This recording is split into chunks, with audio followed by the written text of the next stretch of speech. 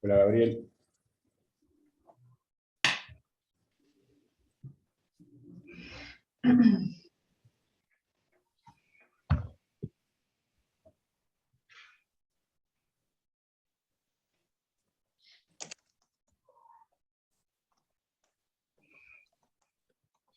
Sí, ahí. Hola, Cristian, ¿cómo estás?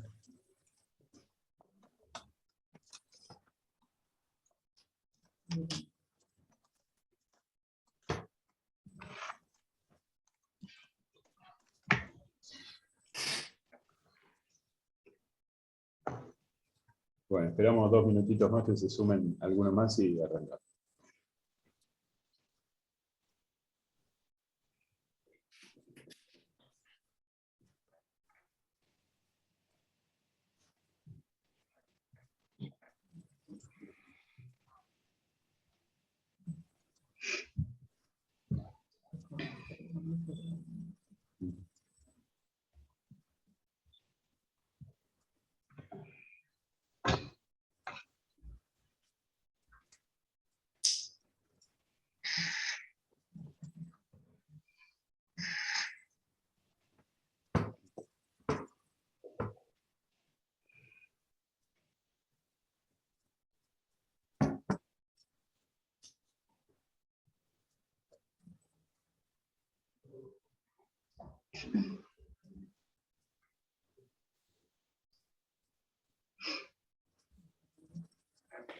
Sí, 25 minutos.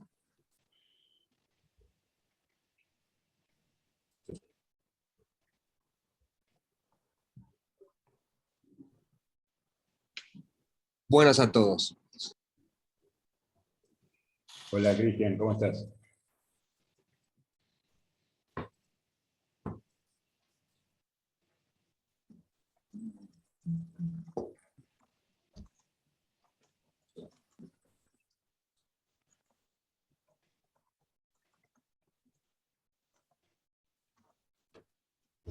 Bueno, esperamos hasta, son y 33, esperamos y 35, como hicimos el otro día, porque yo no sé si es que algunos se están enganchando o justamente por el feriado algunos no se van a enganchar. Así que esperamos 2 minutitos más y arrancamos.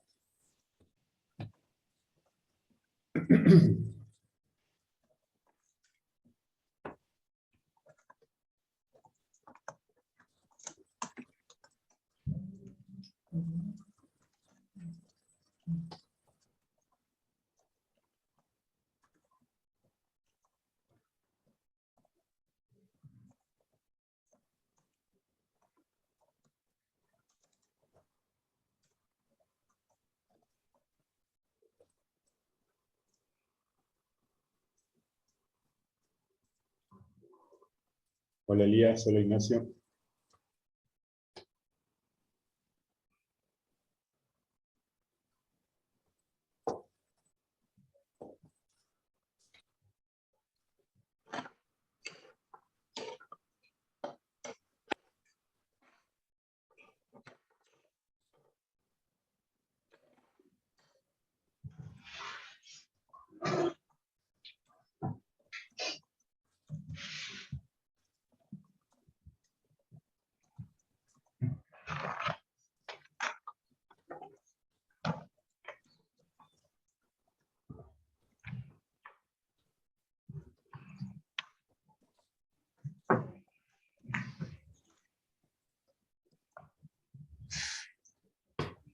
Bueno. Vamos a arrancar con lo que estamos y hacemos un... ¿Me escuchan bien todos? Sí, bárbaro. Aprovechamos, como habíamos dicho, hicimos también la vez pasada, retomar algunas cosas que quedaron pendientes para la charla pasada, para que no sea tan largo la jornada, y podríamos arrancar por ahí, ¿no? Lo que haya quedado pendiente de Terminator, o de la obra de Cameron, o de cualquiera de los temas que estuvimos hablando los últimos 2 lunes. No sé si alguien quiere comentar algo, preguntar, opinar. quedaron algunas cosas así sueltas. Lástima no está Renzo, que me mandó un lindo audio. Bueno, si viene después le voy a decir que lo comente. Mandó un lindo audio así, interpretación de cierre respecto a lo que hablábamos el otro día. Lo estaba reescuchando recién. Bueno, ¿alguien quiere comentar algo? No sé. O preguntar algo. ¿Los que estuvieron o los que escucharon la grabación después? Es indistinto. ¿No?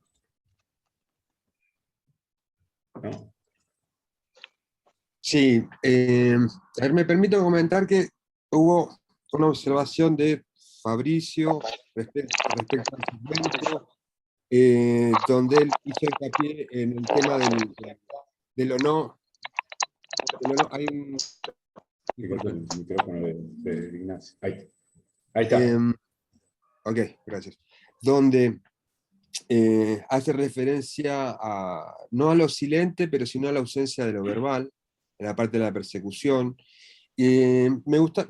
Me pareció comentar que se puede hacer un análisis del diseño de sonido en cuanto a que se tiene el sonido industrial provisto por el, el camión, porque hay un énfasis en el tema de lo metálico, lo tecnológico, digamos, porque eso es lo que se piensa en el diseño de sonido, ¿verdad? Y se puede ver esa contraposición entre casi el sonido de abejorro que tiene la moto de John y un sonido que da una sensación como de mucha seguridad en la moto de Schwarzenegger, el Terminator. Lo cual se puede relacionar con tal vez con un atributo, si se me permite, paterno, relacionado también con ese diseño de vestuario, donde, como bien hacía referencia Diego Ortega, porque esto es algo que también Dana había hablado acerca de la utilización de colores, etc., ¿no? Vemos que hay una correspondencia en cuanto y en tanto se puede relacionar esta observación de Diego respecto a eso vintage del tipo de arma antigua y la ropa. Recordemos que cuando aparece el Terminator con esa ropa saliendo del bar, tenemos una música que es un blues, si hablamos de diseño de sonido. ¿Sí? No es electrónica. ¿Sí? Nos llevó a algo muy, muy tradicional, casi como si fuese una figura de padre conservador en un sentido positivo, ¿no? El que conserva cosas buenas, el que conserva una tradición que nos sirve, que nos trajo hasta acá. También respecto al tema del diseño de arte expresado en el vestuario, en algún detalle como, que me disculpe que no recuerdo el nombre, que había hecho la observación de que el chip decía renegado, que una remera que John lleva mucho tiempo dice enemigo público, y que permite claramente hacer una lectura, no muy difícil, seguramente enlazado con algo que vos habías mencionado, Alberto, que era el tema no recuerdo el término justito, que tenía que ver con, no era sublevarse, pero, eh, pero sí plantear el. Hay una idea de rebeldía doble, porque Sí, sí, hay una idea de rebeldía. John es rebelde, pero también es rebelde el Schwarzenegger en tanto máquina defendiendo a los humanos, como cambiando de bando también. El Terminator de totalmente. Schwarzenegger. Y no es menor que el Terminator, el Temir, el nuevo, si hablamos del diseño de vestuario, es policía. Entonces, se hace una lectura muy clara de que lo que tenemos que hacer es permitirnos, para relacionarnos con este futuro, permitirnos desafiar las narrativas tradicionales. Digamos que algo dentro del medio del cine, creo que era la frase de Fareta, que era cuestionar los fines con los medios, ¿no? Utilizar los fines para negar los medios. Perdón, utilizar los medios para negar los fines. Eso es exactamente. Ahí estamos. Utilizar los medios para negar los fines. Que está corporizado por el Terminator de Schwarzenegger. Claro. Es eso de manera dramática dentro del medio del cine. Bueno, eso era básicamente lo que quería repasar de esos comentarios que me había quedado dando vueltas de la Está clase muy pasada. bien.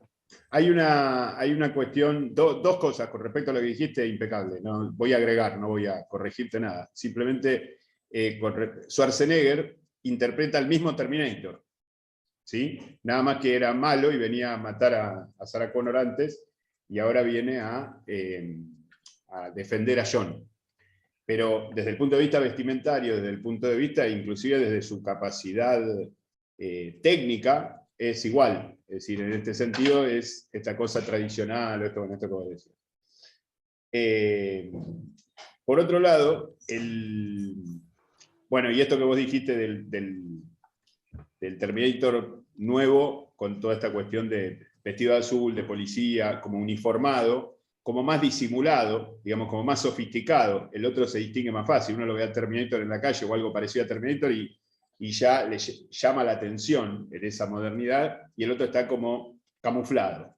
Pero con respecto al tema sonoro, me resulta interesante esto metálico, porque no solamente tenemos repetidamente los alambrados, esos que se cuelga Sara, sino que tenemos todo un mundo industrial que suena así. Digamos. De hecho, los Terminator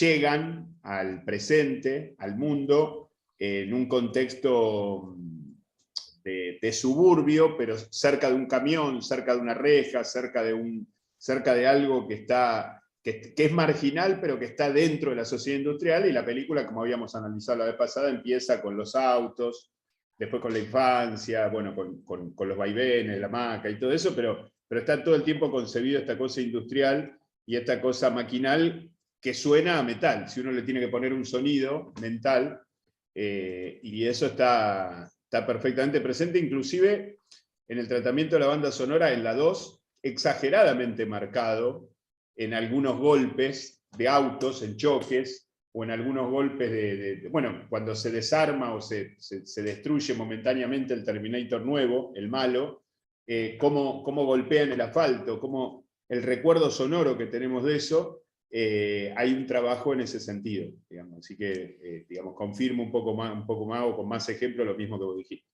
Sí, y cabe observar que al inicio de la primera secuencia, cuando se produce el encuentro entre los dos Terminators en ese pasillo, con el tema del diseño sonoro cabe observar que la absoluta ausencia de respiración, porque no hay agitación en esa pelea. ¿Sí? Sin embargo, en el diseño, el que nos provee el aire, ¿sí? El que nos recuerda esto es John. De hecho, hay un plano muy específico donde se asusta y hace... Claro. Y se nos muestra en el plano para saber que es él, que estamos respirando con él. Claro. Muy bien. Bueno, lo importante, ahí estoy, Gaby. Lo importante es que cada uno de estos elementos de la puesta en escena, tanto lo sonoro como la cuestión de color, como la cuestión de arte en general, todo nos lleva en una misma dirección y está pensado para decir algo. No es mero juego disociado entre una cosa que, digamos, no hay ningún regodeo simbólico trucho, en donde nosotros decimos, uy, qué genio, mira, este tipo pensó ponerle, no, eso está asociado a todo un diseño que apunta, de ahí la palabra dirección, director, que nos direcciona hacia un sentido. O hacia un sentido abierto, ¿no? Como decíamos la otra vez, para diferenciar sentido y significado, pero no es que está puesto al azar, y que lo podemos relacionar con cada uno de todos los demás elementos simbólicos que tratamos, como la cuestión de la revolución industrial, la cuestión maquinal, la cuestión del hombre frente a la máquina, la cuestión de la mujer, la cuestión de la necesidad de definir el futuro hoy, etc.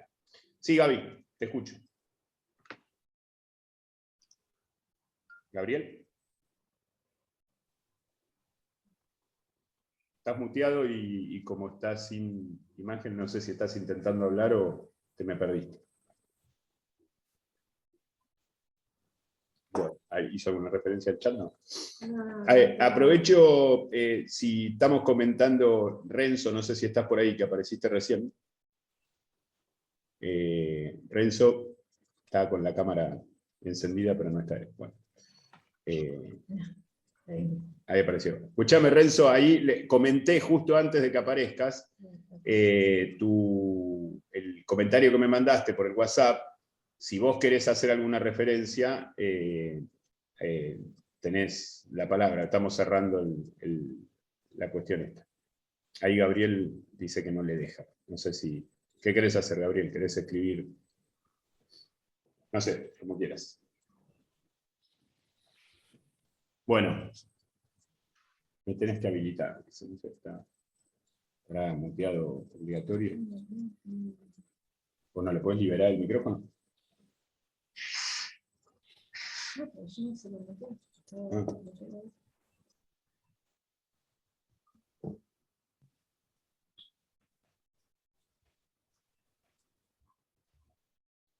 Lo que pedimos, lo que se puede es pedirle que active el sonido, pero puede ser que esté en su pantalla, tal vez lo tenga desactivado abajo, como que no accede al micrófono, que es diferente a mutearlo, según entiendo, y si es que estoy entendiendo bien.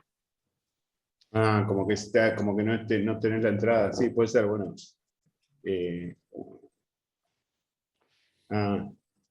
Somos unos sensores, Gabriel. No te queremos dejar hablar. A ver, espera. ¿No? ¿Querés salir y volver a entrar a ver qué onda?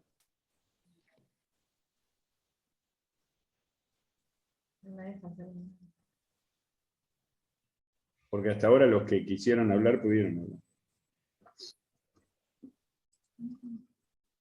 ¿No? Ah, bueno. ¿Querés comentar algo, Renzo, de eso o no? Decime.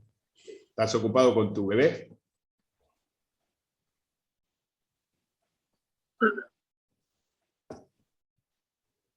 Parece la voz, no le mando. Hola. Sí. Hola. Sí. No sé si sale. No. Sale, dale.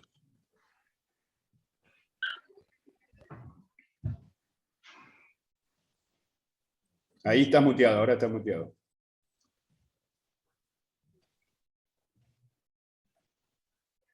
¿Me escuchan? Sí, te escuchamos. Ah, ahí está.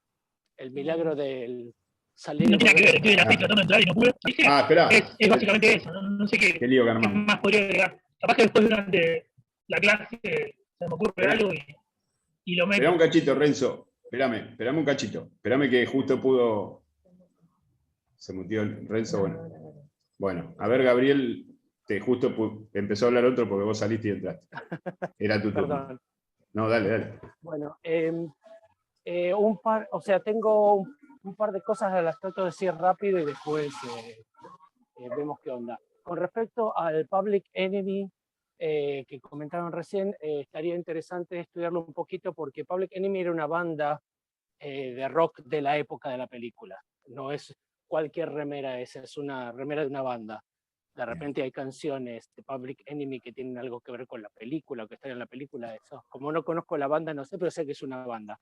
Eso es una tontería, ¿no? Pero No. un par de cosas interesantes es que hay un par de planos simétricos en la 1 y en la 2 que están espectaculares, que es el mismo plano llega la patrulla de policía, está tomado desde el piso, enfocan a la puerta, al moto, al leitmotiv de la policía de Los Ángeles, que es to serve and protect. Entonces,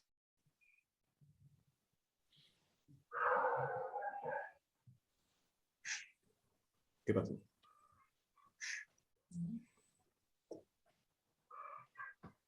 Te dejé de escuchar, Gabriel.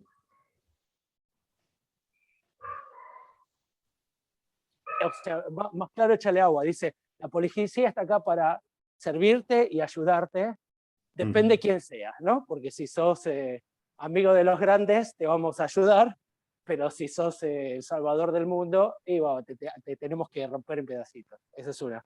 Y la otra es que hay una escena muy linda, un primer plano en el puente, en la 2, no me acuerdo si es en la 2 o en la 1, que se suben a una camioneta está hecha pelota y Cameron le hace un plano a una calcomanía que tiene, no sé, la 2. Sí. Hay un plano en una calcomanía y la calcomanía dice algo así como: lo único que te queda por hacer en este momento es rezar. Cuando está el Terminator malo persiguiéndolo, viste que lo rompe todo, cruzan un puente, Sí. y la calcomanía dice: ahora ponete a rezar. Nada, simples comentarios. La otra cosa que quería comentar era con el curso anterior, la definición del héroe que habíamos estado estudiando. Después de mirar las dos películas, la onda es que el héroe viene a ser John Connor, explícitamente, pero en los papeles el héroe es Sarah, Sarah, de acuerdo a toda la definición. Ella es la chica que está haciendo una vida, que la meten como Scotty a hacer algo que no quiere hacer, ¿viste? Como a Jack, como a Jack en Titanic, y se agarra y se lo toma a pecho y termina salvando el mundo. Y la realidad es que al final John no hace nada.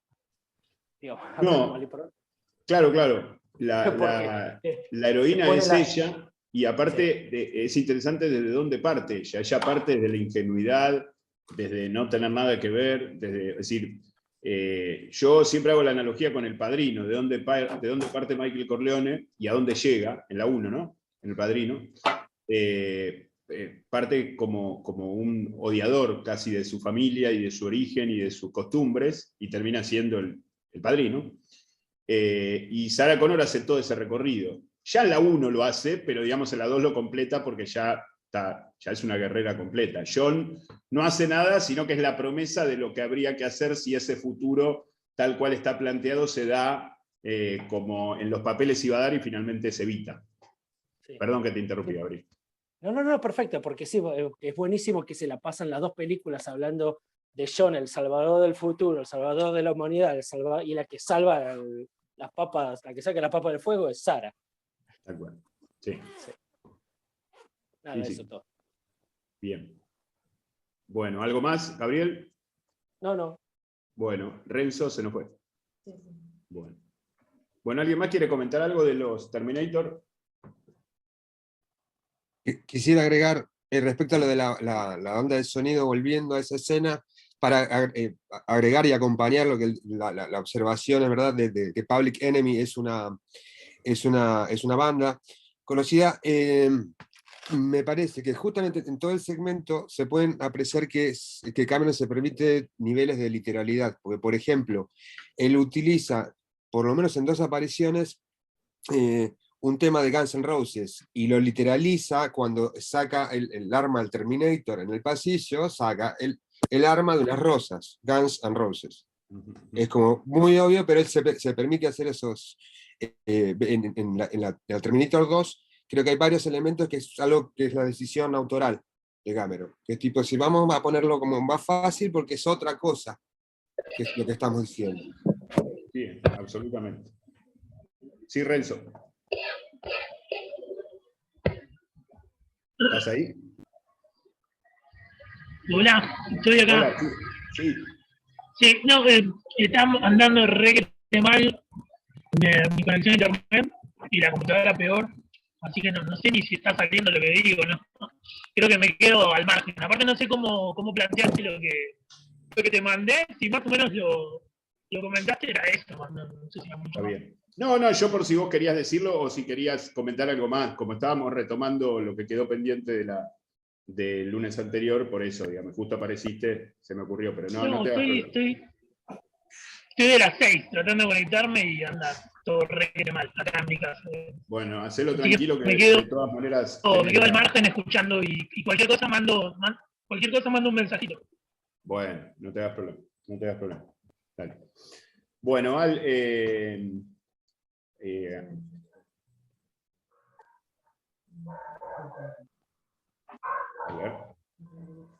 Bueno, ahí escribió Sergio, si quieren leer.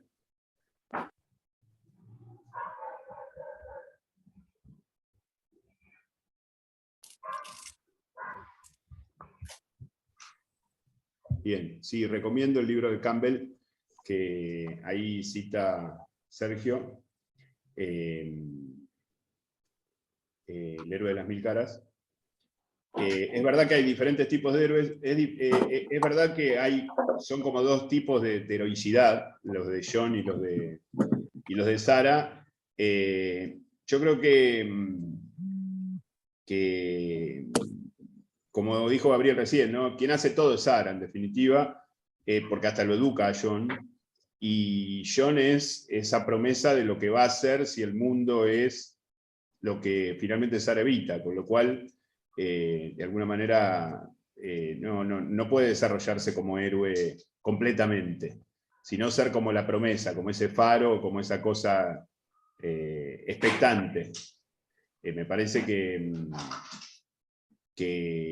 por supuesto, hay diferentes tipos de héroes. El tema es reconocer la función heroica, y a veces lo reducimos, y no está mal para entenderlo, al protagonismo, digamos, el protagónico, el rol protagónico, de aquel que atraviesa todo un camino que va desde un punto, sufre todo un arco de transformación y termina en otro, digamos, como una especie de rito iniciático. Ese es lo que vulgarmente llamamos el protagonista de la película, o de la obra de teatro, o de la novela, o del cuento, ¿no? Porque esto es indistinto en este sentido. Y podemos reconocer o no, en este caso es claro que sí, determinadas cuestiones heroicas en sentido mítico, ¿sí? Pero está muy bien la recomendación y el comentario de Sergio en ese sentido. Bueno, vamos a meternos con True Lies.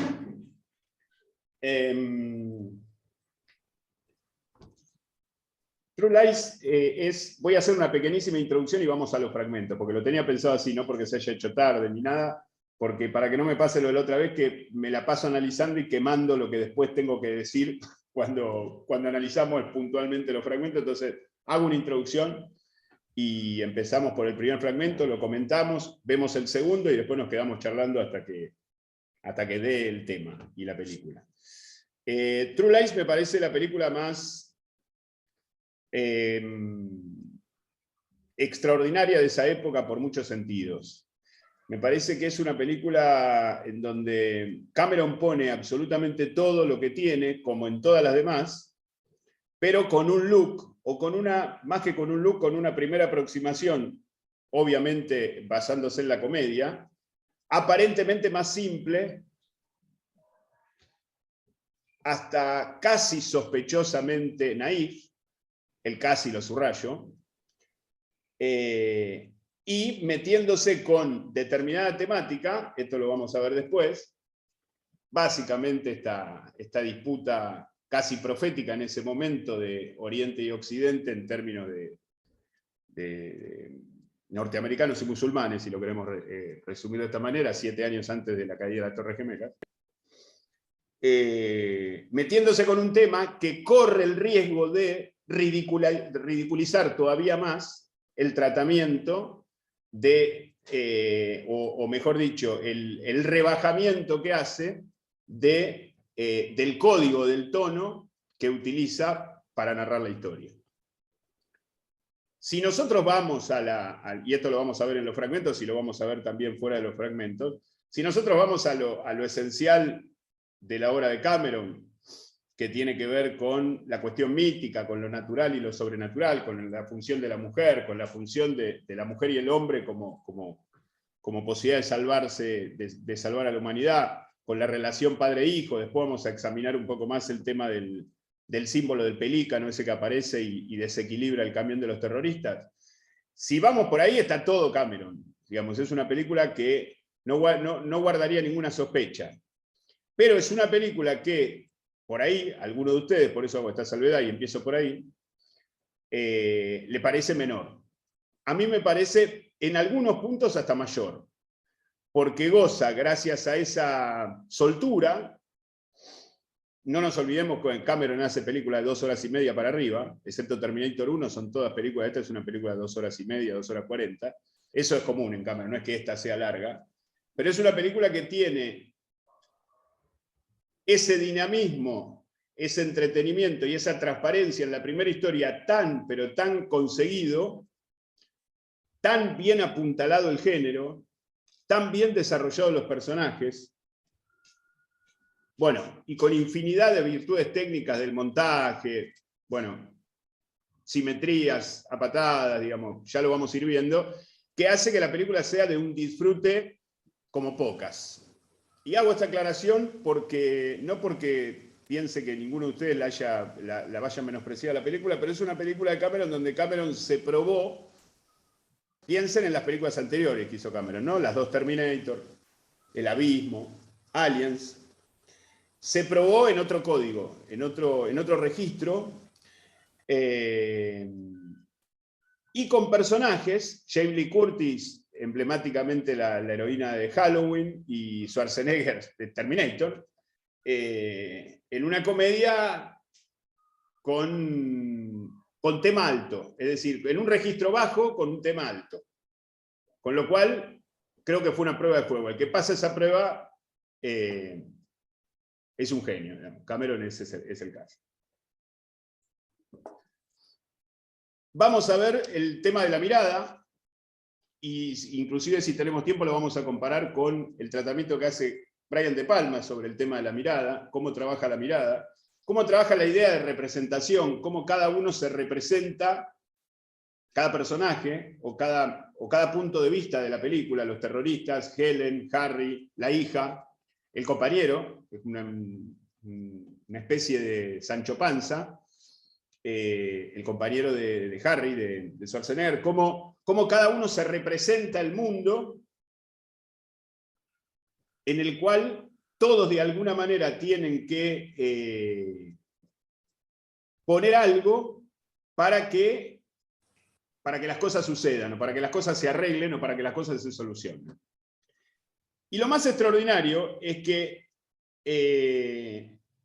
Cameron logra que estos personajes sumamente poderosos al punto de que, digamos, son espías en el último rango de la seguridad, donde pueden disponer no solamente de armamento, sino de agarrar un avión en un momento y despegarlo como puede y sacarlo de acá para allá, o de dar órdenes, o de disponer de determinadas fuerzas militares para determinados rescates personales. Cómo eso le sirve a Cameron para mezclar lo que siempre está mezclado en Cameron, o mejor dicho, lo que siempre está unido, atado, que es lo particular de lo general, que es lo privado de lo público. Esto lo vamos a ver en Titanic, ¿no? Pero acá tenemos claramente la idea de que hay problemas en casa, tanto de parte de Helen como de parte de Harry, que los desatiende, y hay problemas con los terroristas, y es necesario que se una todo para que se solucionen todos a la vez. Inclusive se integra con el tema de la hija, ¿no? Se integra la idea de la familia. Pero es importante esta idea de la representación porque es un poco qué piensa cada uno del otro, cómo ve el mundo el otro, y de alguna manera nos recuerda autoconscientemente que Cameron está haciendo, o está, iba a decir adornando, no es la palabra, está poniendo en escena, está diseñando una propia representación del mundo. ¿Sí? No estamos viendo, esto ya lo sabemos, esto es la autoconciencia, pero claramente la idea de representación como... recuerden que esto es una representación, ¿sí? Recuerden que ustedes están haciendo una representación de esta representación, que los personajes están haciendo una representación, y que así se construye el mundo. ¿Sí? Y de esta manera se puede construir semejante trama, con semejante final, con semejante grado de heroicidad, con semejante, bueno, simbología, con semejante riesgo, etcétera, etcétera, etcétera. Si el mismo desborde de la representación es lo que legitima, si queremos el verosímil, no me gusta la palabra, pero sirve en este caso, el verosímil de esa misma representación. Es decir, la película está desbordada todo el tiempo. La primera escena que vamos a analizar es la persecución del caballo a la moto que entran en el hotel y todo eso. Bueno, ese desborde es el desborde que nos ofrece Cameron para que justamente podamos arribar a ese grado de significación, sin el cual en este contexto, en este registro, en este tono no hubiéramos podido arribar. ¿Sí? Después vamos a ver cómo funciona algunos de los temas que rastreamos en Terminator respecto a la máquina, la revolución industrial, la humanidad frente a la máquina, etc. Y cómo eso interviene de alguna manera, o mejor dicho, condiciona o limita las relaciones entre las personas, en este caso, la relación entre Helen y Harry. Que la relación entre Helen y Harry no se termina superando porque los dos abandonan las máquinas, la sofisticación, el espionaje y todo, sino porque los dos pasan a ser juntos, con nombres claves, Doris y Boris, Helen y Harry, ¿no? Los dos pasan a integrarse en ese mundo, como Sarah Connor, que no renuncia a la lucha y se va a trabajar de mesera, sino que se arma hasta los dientes para pelear contra la máquina. ¿Sí? Esto, por supuesto, en otra clave, como habrán visto. Bueno, vamos a ver el primer fragmento, minuto 27-19, que es justamente la escena del baño y la persecución del caballo a la moto y todo eso, y analizamos ese pedacito y, bueno, terminamos y analizamos ese pedacito. ¿Sí?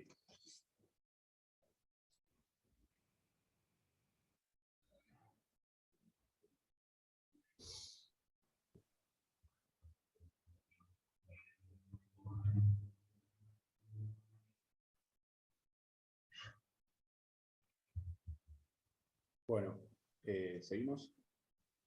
No sé si están todos.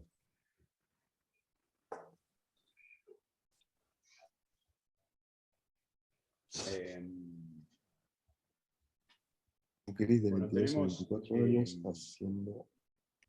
un montón de cosas en esta escena que tienen que ver con el desarrollo de las escenas que vienen, pero también del armado y del diseño general de la película. El tema de la mirada, ¿no? Representada por esos anteojos que habían sido presentados ya por el ayudante, por el ladero de Harry en su casa, viendo cómo la hija le robaba el dinero. ¿Se acuerdan de esos anteojos que ven a través de la cámara que tiene el atado de cigarrillos? Que otra vez, ¿no? Pasamos de una situación privada, cotidiana, casera, al uso general o digamos, comunitario.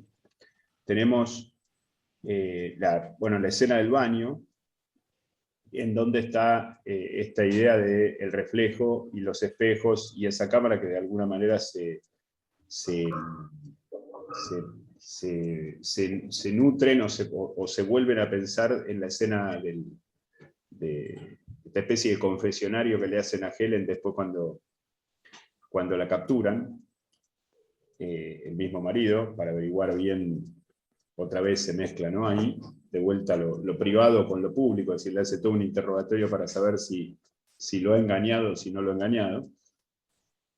Se mezcla también con la escena en donde los capturan a los dos, y ella está representando un papel supuestamente, ahí otra vez el tema de la representación. ¿Se acuerdan la escena que ella está como haciendo las veces de prostituta, haciéndole como una especie de striptease a él, baile, y vienen y los capturan a los dos, y los dos creen que el espía es uno y que el otro es inocente? Bueno, de alguna manera en esta escena o en toda esta secuencia está un poco insinuada. Después tenemos, bueno, la función de este personaje ladero, que es muy interesante porque cuando escenas posteriores a esta descubre, es como el cable a tierra que tiene Harry, esta especie de Sancho Panza, ¿no? Que cuando se pone en el poste para que no le disparen con la ametralladora, se toca la panza a ver si lo hirieron o no y besa el poste. Es también a la vez quien lo cuida o quien lo protege en cuanto la misión se complica y no puede volver a cenar y lo están esperando para la fiesta casera, otra vez. Él llama a la mujer y le dice, Harry se olvidó algo en la casa. Bueno, como que cada elemento tiene... Después esta idea del perseguidor perseguido, ¿no? Esta idea de que ellos están persiguiendo a los terroristas que vienen atrás, y que los ven por un espejo, y que, bueno, cuando todos los persiguen, dice, te están persiguiendo dos, y él dice, no soy ciego, porque tiene justamente los anteojos, que son anteojos de ciego, o son anteojos de Terminator, si querés, ¿no? También, porque nos hacen acordar al personaje de Terminator. Pero después, el mismo ladero... Lo de Hoffman. Claro, los Hoffman de Sobreviven podrían ser tranquilamente, sí, sí. Después, cuando el mismo ladero tiene que estar cubriendo al otro, se estaciona un micro y no lo deja ver cuando se baja y lo pierde de vista. Es decir que hay como una superioridad en Harry que ve más que su compañero. Que esto se replica y el compañero esto lo entiende, lo legitima de alguna manera, apoyándolo hasta las locuras más estrafalarias, inclusive la escena famosa del interrogatorio / confesionario.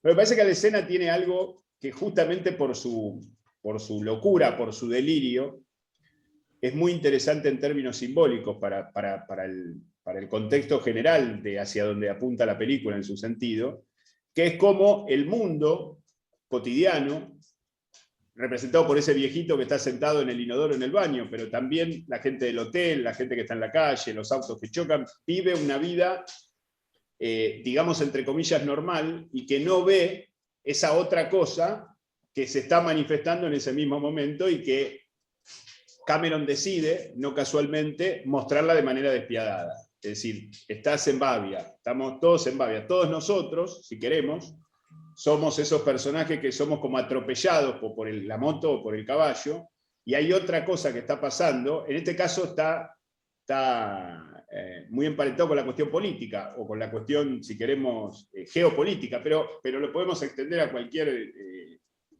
categoría, y necesitamos que se nos despabile en términos exagerados, digamos, fulminantes. De hecho, la escena del baño es un poco eso, ¿no? Sin embargo, hay como una diferencia entre la actitud del malo, digamos entre comillas, del árabe, que atropella todo, y Schwarzenegger que va pidiendo permiso y pidiendo disculpas en todo el recorrido. ¿Vieron que excuse me, va como pidiendo permiso, como que él sabe que está llevándose por delante ese supuesto orden establecido que no es tal, y el otro se lo lleva por delante adrede, ¿no? Después tenemos los dos vidrios, esos que se rompen, que el malo atraviesa y que después Schwarzenegger salta para perseguirlo, que después se refleja en esa escena final cuando salta con la moto, lo atraviesa, lo rompe y cae en la piscina del edificio de enfrente. Y después tenemos un tema con el agua, que lo vamos a seguir en el siguiente fragmento después,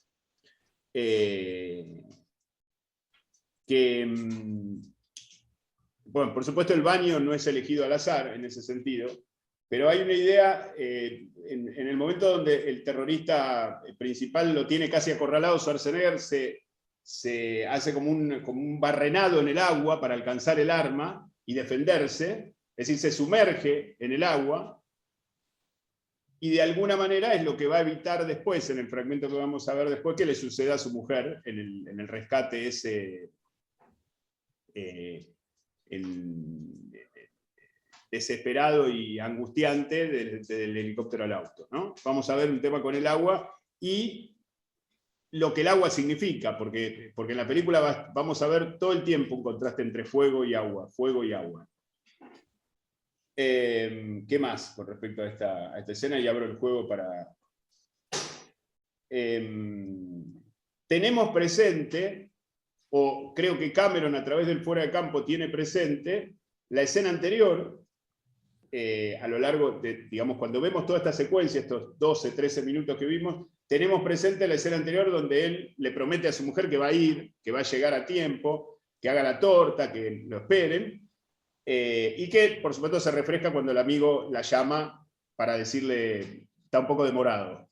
Entonces esa idea de lo privado por un lado, y del descuido de lo privado, del descuido de la familia o del descuido de la propia mujer, eso se ve reflejado en el fracaso que va a tener después en la persecución. ¿Sí? Es decir, el caballo, que no salta obviamente, porque no es tonto el caballo, la moto la podemos manejar, es una máquina, pero el caballo no es tonto,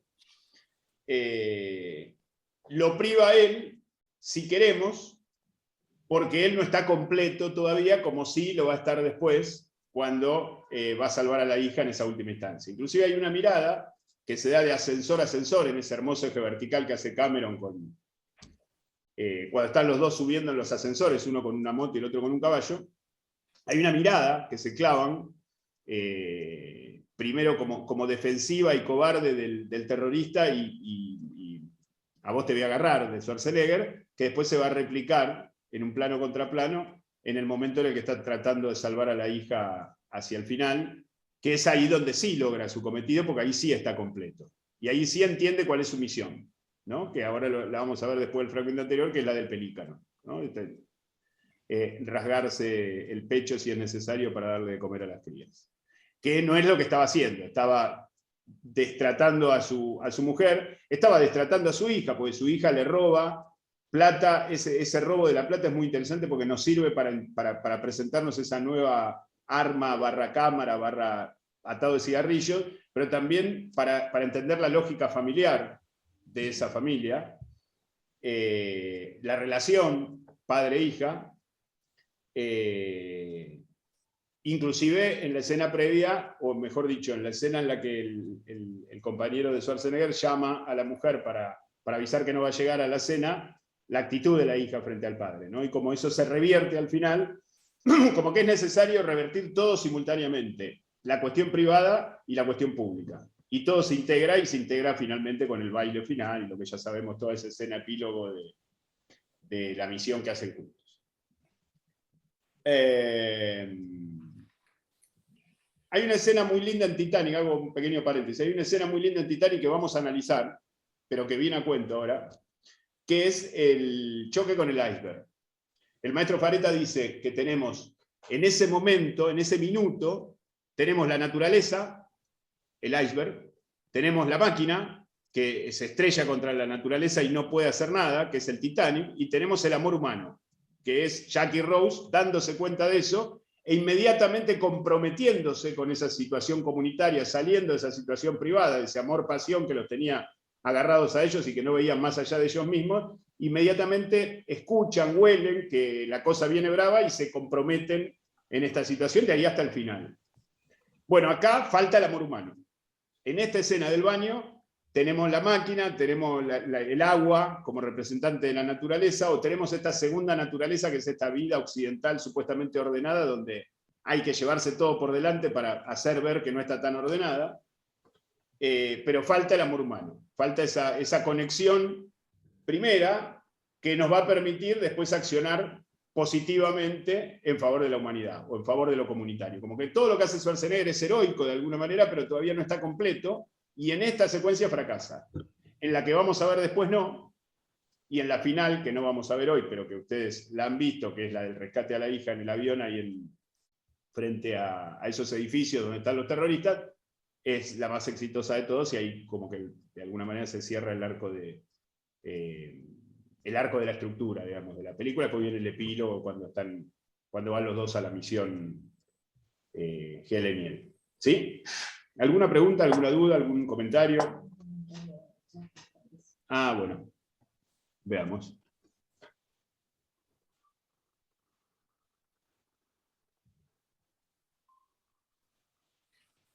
Bien. Está bien lo de Fabricio. No sé si todos lo están leyendo. Está muy bueno. Esta idea del absurdo está muy buena, porque toda la película juega así. No es solamente un caballo persiguiendo una moto, que se asombran todos. El policía al que le sacan el caballo, el terrorista que se ve perseguido por un caballo, el compañero, el caballo irrumpiendo en la fuente, otra vez el agua, irrumpiendo en la fuente antes de persiguiéndolo en el ascensor. El absurdo se juega en toda la película es así, pero es el código y entramos, y está tan bien filmada, obviamente con muchos millones, pero bueno, los millones son para que Cameron filme películas, digamos, sí. ¿En qué mejor puede estar gastada la plata que en películas de Cameron?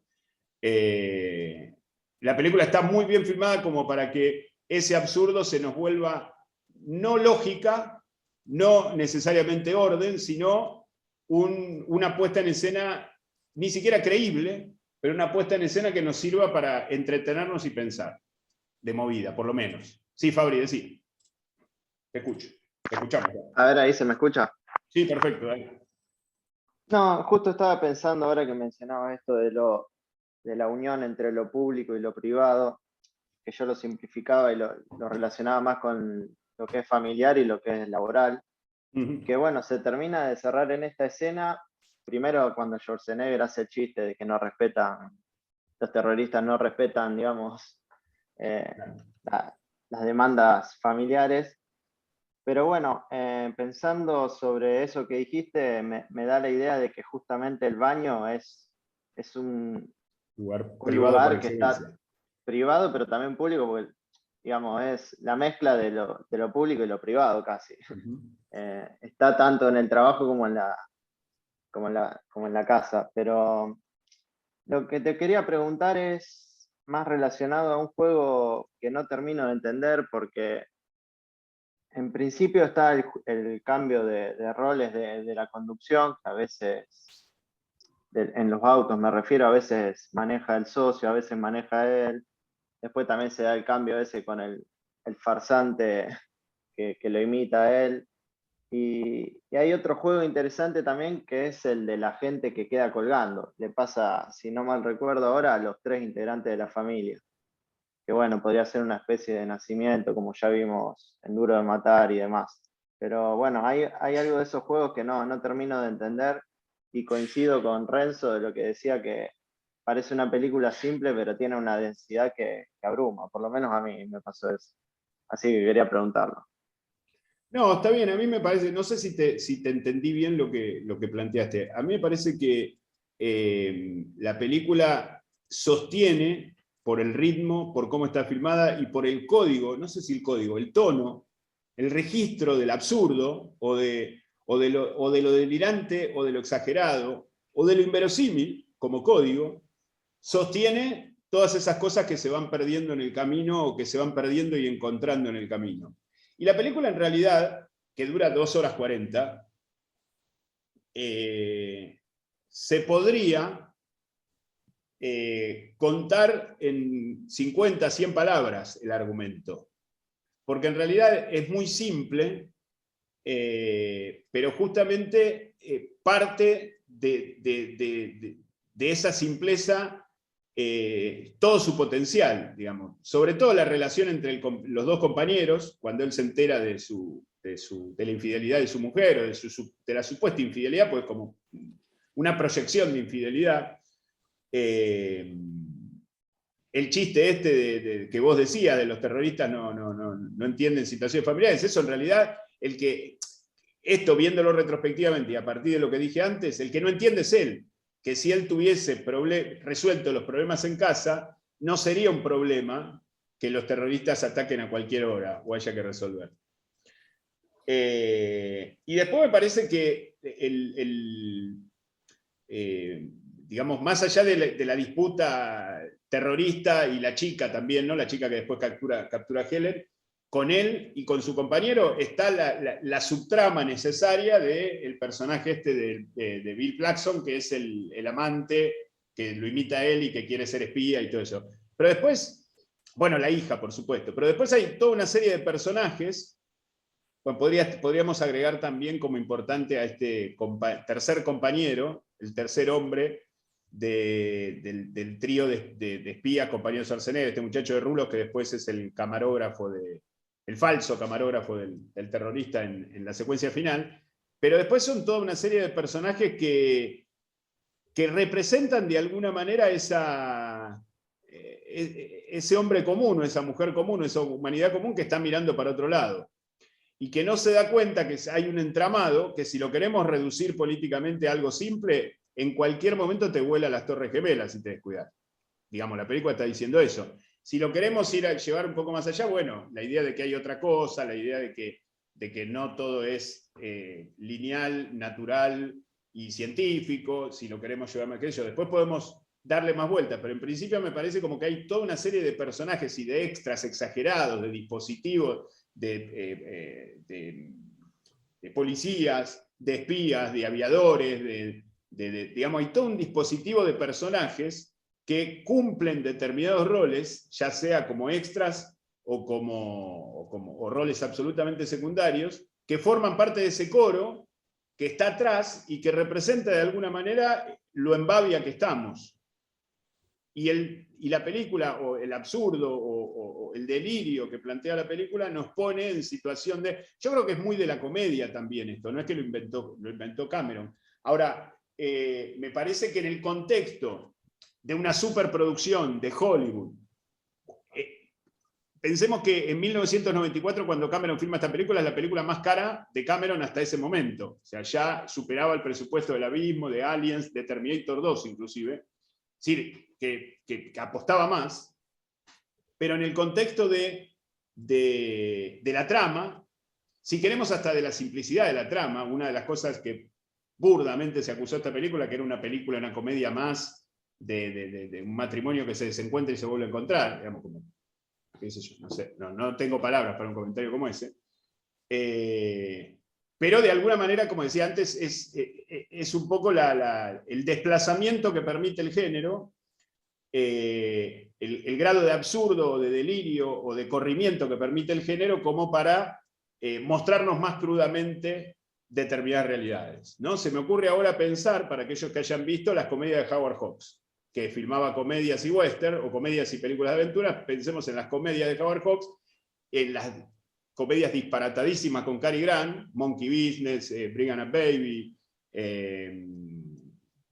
His Girl Friday, etc. Y son películas de un grado de inverosimilitud, siguiendo con el término, no en términos negativos, sino positivos, que se contradicen justamente a ese otro mundo paralelo que desarrollaba él con sus dramas, o con sus western, o con sus películas de aventura, ¿no? Comparemos Bring on a Baby con Solo los ángeles tienen alas. Dos películas protagonizadas, las dos por Cary Grant, y las dos filmadas el mismo año.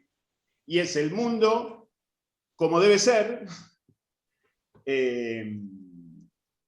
Solo los ángeles tienen alas, y el mundo como es, lamentablemente, Bring on a Baby. Es un poco esto, ¿no? Como mostrar más crudamente esa realidad. Y con todos los condimentos políticos, si queremos, o sociales, o culturales, que Cameron despliega en el año 94, y que creo que la película creció notoriamente al volverse profética, no solamente por lo de las Torres Gemelas, sino por toda una escalada terrorista en el mundo occidental, o lo que convenimos en seguir llamando occidental, ya un poco dudosamente, Europa, Estados Unidos, con el correr de los años, ¿no? La película ya tiene 27 años, y la película me parece que cada vez está más vigente en ese contexto. No sé si te contesté, Fabri. Bien, ¿alguien quiere comentar o preguntar o opinar? Hola, buenas tardes. Hola, Elena, ¿cómo estás? Bien, volviendo al tema del caballo y demás, de la persecución. Por un momento a mí se me ocurrió, o vi, como si se hubiera insertado una secuencia en donde hay un caballero persiguiendo a su contrincante. Es un caballero porque incluso va trotando a través de una plaza, o sea, Claro. es el bosque, va trotando por el bosque y termina al borde de un lago. Ahí termina la persecución, en donde está el agua, ¿no es cierto?, en el hall, donde está lleno de agua como un lago. Y bueno, si bien el caballero se debía su lealtad al rey, el espía también tiene esa lealtad y se debe, primero tiene un voto de silencio y se debe a su nación en este caso. Entonces, me dio esa idea, ¿no?, de ver por un momento una secuencia de otra película inserta en esta, ¿no es cierto?, como un caballero moderno, vamos a decir así. Está muy bien, es eso. cosa. No viste nada que no esté, es eso. Lo que pasa es que la película nos permite o se contextualiza a sí misma para que eso no digo pase desapercibido, porque tampoco es la idea que pase desapercibido, pero no suene todo lo grotesco que hubiera sonado si no hubiéramos visto lo que vimos en los 25 minutos previos, ¿no? Pero está claramente esa idea caballeresca, está la idea de la fuente, está la idea del bosque. Él prácticamente no atraviesa lugares urbanos de fondo mientras está persiguiéndolo hasta que llega a la entrada del hotel esa, ¿no? Y después está lo de la fuente y después ya se suben a los ascensores y ya el caballo o lo caballeresco o la caballería ya está fuera de lugar, ¿no? Más todo lo que él tiene fuera de lugar o desordenado no le permite concluir con esa mini misión. Sí, Diego, adelante. ¿Qué tal? Buenas tardes. Yo quisiera atisbar algo que puede ser por ahí un poco exagerado o no, pero que va en la misma tónica que venís manejando, Alberto, en torno del registro. Claramente esta escena es como una saturación del mismo registro, ¿no? Es el absurdo, como decía Fabricio, está el elemento caballeresco, como decía Elena, pero a mí me suena también a que hay una saturación misma tanto del género comedia como del género espionaje, pongamos por caso. Entonces, utilizar los mismos recursos del género para, entre comillas, ¿no?, desmontar el lenguaje de ese género me parece un logro casi comparable a lo que hizo el Quijote, ¿no? Así lo que hizo Cervantes con el Quijote. A mí se me ocurrió, mientras Elena hacía el comentario, por eso ponía ahí en el chat, esta imagen del caballero, por supuesto que es un caballero, pero es un caballero que está fuera de tiempo, como lo era Don Quijote en el siglo XVI. Es decir, que un caballero en plena modernidad, que un hombre en plena modernidad, que vive también de una imaginería que no es verdadera. En el Quijote uno de los grandes problemas es lo que se ve y lo que Don Quijote o Alonso Quijano ve y entiende, y es un caballero fuera de tiempo. Bueno, acá obviamente el personaje de Harry no es un loco, pero sí es una persona que debe vivir y debe fingir ser otra persona. O sea, no es Harry, después es Boris. Es decir, hay también un juego ahí con la superposición de la personalidad. Pero me parece que lo más interesante justamente es esto que decías, ¿no, Beto? Tengo toda la plata para filmar lo que se me canta, voy a vender una comedia aparentemente ligera, pero voy a meterte todo esto elevadísimo y toda esta densidad, toda esta biblioteca o todo este bagaje. Podés verlo o no, podés quedarte con la primera línea, que es, bueno, es una historia de espías, de qué sé yo, con algún toque de comedia. Venimos de ver a Schwarzenegger, todo vestido de cuero, todo roto, disparando una escopeta recortada de una moto, y ahora lo vemos con un gabán, aparte también la forma de vestirse, ¿no?, que es el clásico piloto de detective llevado al extremo, persiguiendo a un terrorista musulmán o árabe en un caballo, mientras que antes era perseguido por una camioneta, una Scania, y él en una moto con ¿cómo se llama? Con Connor, John Connor. Digo, hay como una idea de llevar al extremo, al absurdo, para justamente a partir de ese desmontar el propio género, decir otra cosa, que me parece muy interesante en toda la película. Toda la película está continuamente jugando con esto de, digo una cosa, pero en realidad estoy queriendo decir otra, y en todo caso, lo primero que digo, vale, pasa, es ligero, si se quiere, es entretenido, o sea que uno se entretiene, una lectura impresionista, uno se entretiene. Hoy teníamos una conversación ahí medio álgida en otro grupo y hablábamos de eso, ¿no? Bueno, funciona en la primera historia. Ahora, lo otro, no es necesario que uno diga, bueno, voy a buscar todos los símbolos, no, empieza a salir de manera casi inmediata si uno le presta atención a la mirada real y no se queda solamente con esa primera impresión que nos propone el argumento o la puesta en escena de la película. No sé si fui claro o me fui a la mierda. Sí, muy claro, Diego. Muy bueno, y muchas gracias. Sí, yo creo que en principio estoy de acuerdo 100%. Ahora, la primera historia no es poca cosa. Es una película absolutamente deliciosa, divertida, entretenida, dulce, amable, querible, digamos, no sé, no, todas las virtudes pueda tener la primera historia. Si no tuviese nada la segunda, son aceptables y son cine, digamos. O sea, eso es lo que también me impresiona de esta película, porque no tiene ninguna rocosidad. Es una película de 2 horas y media, 2 horas 40, y la película no se detiene, la película avanza, la película tiene un ritmo acelerado, está filmada como la zamputa, perdón el término. Digamos, eso por un lado, ¿no? Ahora, la idea del fuera de tiempo tiene que ver con la cuestión doble. Digamos, él vive como una vida doble, como una vida doble, no, vive una vida doble, la mujer empieza a vivir una vida doble, la hija vive una vida doble, y finalmente terminan aceptando esa duplicidad. Digamos, finalmente, porque, insisto con el final no es que él le blanquea a ella y todo sigue igual como si nada, o él renuncia a ser espía y se pone a trabajar en una empresa de computadoras como le había dicho a la mujer, sino que la suma a la mujer a ese viaje comunitario, político, colectivo, desde su lugar de mujer y desde su lugar en su casa. Digamos. Los dos pasan a ser padre, madre, esposos, dueños de casa, pero también... Es decir, aceptan esa duplicidad, pero ya legitimada por ellos mismos. Que por supuesto va a ser espía, como las primeras películas autoconscientes lo mandan, tiene que ver con el camuflaje y con llevar una vida doble, digamos. O sea, siempre decimos a partir de lo que nos enseña el maestro Fareta, que las dos primeras películas autoconscientes, El Padrino y El Exorcista, parten de dos sociedades secretas. Bueno, esas dos sociedades secretas trabajan desde el camuflaje. Trabajan desde no decir del todo lo que son. Bueno, el espía también, y de alguna manera no solamente lo hace engañando Harry al principio, sino que sin engañarse, por lo menos entre ellos, lo van a seguir haciendo los dos al final. Entonces parece que hay toda una cuestión de lo doble que se manifiesta y que lleva al extremo del delirio, en esa escena en la que ella como prostituta le está haciendo ese baile seductor a él y todo, y vienen los terroristas a buscarlos, y los dos creen, o los dos dicen, que el otro es inocente y que llévenme a mí porque él no tiene nada que ver. Bueno, esa idea de lo que cada uno se representa del otro, ahí está de manifiesto esa duplicidad desencontrada que hay que resolver. ¿Sí? Bien. ¿Qué más? ¿Algo más?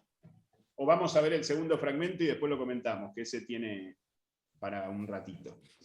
El del rescate. Bueno, ahí puso alguien en el chat. Presten atención a los elementos. Fuego, tierra, agua, aire. Y seguimos. Y arrancamos a partir de ahí. Vamos a verlo.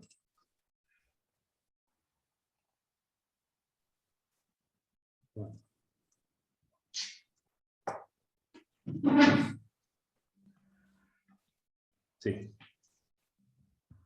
Vamos.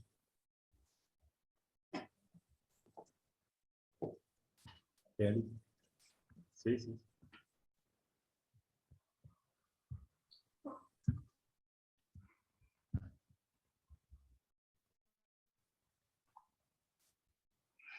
Bueno. ¿Están?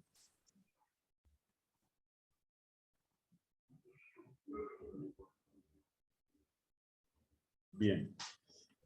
Bueno, si queremos ver cine entretenido y bien filmado, esta escena creo que es para toda la secuencia. Bueno, empezando por algo que quedó pendiente, no pendiente, sino que lo nombramos a partir de un comentario de Diego en la entrada anterior, que es el tema del doble. Está todo contado de a dos. Son dos los helicópteros, son dos los aviones, son dos los brazos de los callos de la autopista, son dos los camiones los terroristas. Y después tenemos a la máquina descontrolada, primero por los terroristas que disparan al revés, que se matan entre ellos, pero la máquina descontrolada cuando disparan al chofer de la limusina, y tiene que intervenir el hombre para salvar a la humanidad, ¿no? Que todo eso se va a coronar después. Bueno, ese rescate tiene mucho que ver con el final de North by Northwest, la película de Hitchcock, Intriga Internacional, que invito a ver a los que no la vieron. Es Cary Grant salva del monte Rushmont a Eva Sainte-Marie de una manera muy similar, y después, nada más que después Hitchcock corta y aparecen en un camarote de hotel, ¿no? El rescate termina en un camarote de hotel, pero que de alguna manera está basado ahí. Tenemos de vuelta las miradas, esas miradas penetrantes previas al rescate, que que son similares a la mirada de él con el terrorista, y después lo que se consuma es el matrimonio. Digamos, él le dice, el anillo no va en este dedo, y tenemos un ritual matrimonial en el medio de la explosión de una bomba atómica a unos kilómetros de ahí. Es decir, en el medio de este desastre, recordemos cuando hablábamos en la escena anterior de que con el caballo y con la moto se llevan por delante a todo ese mundo en Bavia. Bueno, acá son los turistas en Miami que están boludeando y que la policía o los gendarmes, la gente está del ejército, dice, bueno, córranse que va a explotar en un minuto una bomba, y están todos como mirando, nadie mire para allá, nadie mire para allá. Y se consuma de alguna manera en ese mismo contexto, en ese extremo de donde puede llegar la máquina, si queremos, o lo maquinal o lo científico, en términos de destrucción, en ese mismo momento se produce esta alianza indestructible entre el hombre y la mujer, ¿no? Que esto me parece de un logro, de una sencillez y de una oportunidad desde el punto de vista de la puesta en escena y de cómo viene desarrollada la trama, que es sencillamente genial. Hacía referencia bueno, obviamente que en ese momento en el que están renovando esa alianza, o mejor dicho, consumando ahora en serio esa alianza que antes era mero pacto social, el matrimonio que tenían Harry y Helen, obviamente inmediatamente nos recuerda otra vez a la escena del interrogatorio confesión, ¿no? De ellos. Hice referencia al tema de los elementos, porque acá se pone en juego, obviamente está el tema del agua, no solamente, perdón, vuelvo para atrás, no solamente son dos los aviones que atacan, sino que cada uno tira como dos misiles, es decir que está cuidado del tema del número 2 de una manera... Y decía el tema de los elementos porque ellos no pueden entenderse, digamos, en medio de ese caos ellos no pueden entenderse, inclusive hay una cosa, un paso de comedia muy, muy, muy gracioso, que él le dice, mirá, el puente está roto, vamos, te rescato, y ella dice, ¿qué? Que el puente está roto, entonces ella se da cuenta y dice, Harry, el puente está roto. Bueno, esa incomunicación es de alguna manera la cristalización de cómo venía esa... ¿Tenemos chat? Bueno. Bueno, vamos a leerlos. Perdón, voy a leer los comentarios porque me dice Ali que están... Bien, perfecto, Adriana. Bueno, eso es un poco lo que quería decir, ¿no? Fabricio también dice algo parecido. Bueno, esta idea de la incomunicación, pero donde ella ya entiende, tenemos un paso adelante, ella ya sabe quién es él, y ella sabe que ese rescate puede ser posible. ¿Sí? Se rescate otra vez lo vertical, salvándola, no solamente lo vertical en cuanto a que él baja con el helicóptero casi hasta el nivel de la autopista para poder tomarla a ella del brazo, sino que después ese plano vertical así larguísimo, donde ella está colgando sobre el mar hasta que, bueno, finalmente aterrizan y ella está como emocionada. Ella descubrió ese lugar de aventura verdadero que le había prometido, entre comillas, el falso espía, el otro, el vendedor de autos, y que ahora el marido se lo pone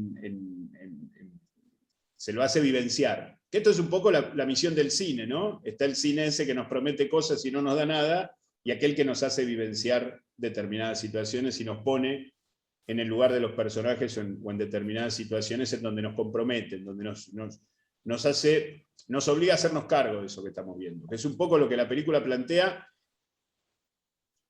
toda buena película, ¿no? Por supuesto, pero esta película desde un lugar tan corrida de tono, como decíamos antes, tan delirante, tan comedia, que parecería que no nos pide nada más que nos riamos y pasemos un buen momento, y en realidad nos está hablando también de esta cuestión. Después está el tema del blanco, que esto se repite 2 o 3 veces en la película, el fundido a blanco, acá a propósito de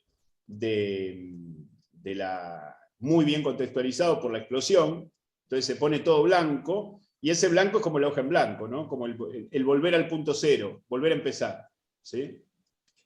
Y decía esto de los elementos porque juega en esta escena, él sale del fuego, literalmente, como un Terminator, casi. Lo rescatan ahí y sale del fuego. Y tiene que ir de la tierra al mar, es decir, tiene que irse hacia las afueras, hacia los cayos, a través del aire. Y a través del aire se juega ese rescate. Y finalmente esos 4 elementos se conjugan en el salvataje de la mujer. Es decir, sí, a través de esa aventura, a través de esos deseos de aventura que tenía Helen, a través del reconocimiento de su marido, de ese nuevo matrimonio, trasladamos eso que dice Rose al final de Titanic, él me salvó de todas las maneras posibles.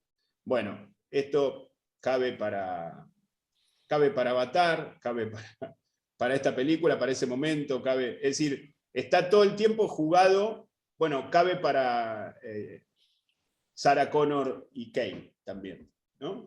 Porque hay una conversación parecida en la famosa escena del túnel que vimos 2 semanas atrás. Después está el tema de la mujer. Hay una disputa que una de las marcas que le deja Helen a la otra chica, a la enemiga, es con el anillo, justamente, con el anillo puesto en la otra mano y con el diamantecito para marcarla, que es una disputa en donde las mujeres pelean de igual a igual y donde se está jugando de alguna manera se está jugando toda la película ahí, porque a ella la están raptando, esta bomba va a explotar, o tienen el plan de que explote. Ella aprendió algo, o mejor dicho, conoce determinados elementos del marido que antes no conocía, pero se defiende como puede. Pero aparece la función de la mujer que sale de su casa, no literalmente, ¿no? Pero claramente entendemos que ya no es la que está batiendo el huevo, preparando la torta en 5, 6, 7, 8 escenas atrás, sino que tiene que, como Sarah Connor en un momento, tiene que combatir de igual a igual con el hombre. Tiene que combatir en los mismos términos, con la misma violencia de ser necesario, y tiene que luchar por su vida. Porque luchando por su vida puede salvar su matrimonio primero y al mundo después, que no es poco, ¿no? Dicho esto simbólicamente, pero la película nos arrima bastante a la literalidad en este sentido, justamente por este contexto de comedia y por esta cuestión desplazada.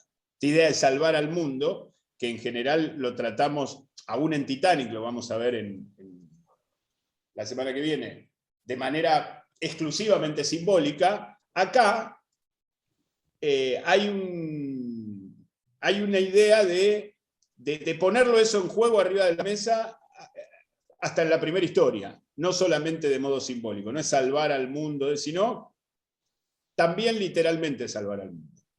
No solamente porque salvar al mundo es salvar el rol de la mujer, salvar esta cuestión de duplicidad que tiene él, salvar el matrimonio, salvar la familia, salvar la vida privada, sino porque la trama nos lleva hacia ese lugar, digamos, ¿sí? Desplazar esa bomba que trágicamente explota, pero que explota en un lugar menos peligroso de donde estaba planeado que explote, vencer a los terroristas y colgar al terrorista del misil al final cuando está salvando a la hija y tirárselo a los otros terroristas, es una manera de salvar el mundo, por lo menos el mundo de ese universo ficcional creado por Cameron llamado Mentiras Verdaderas.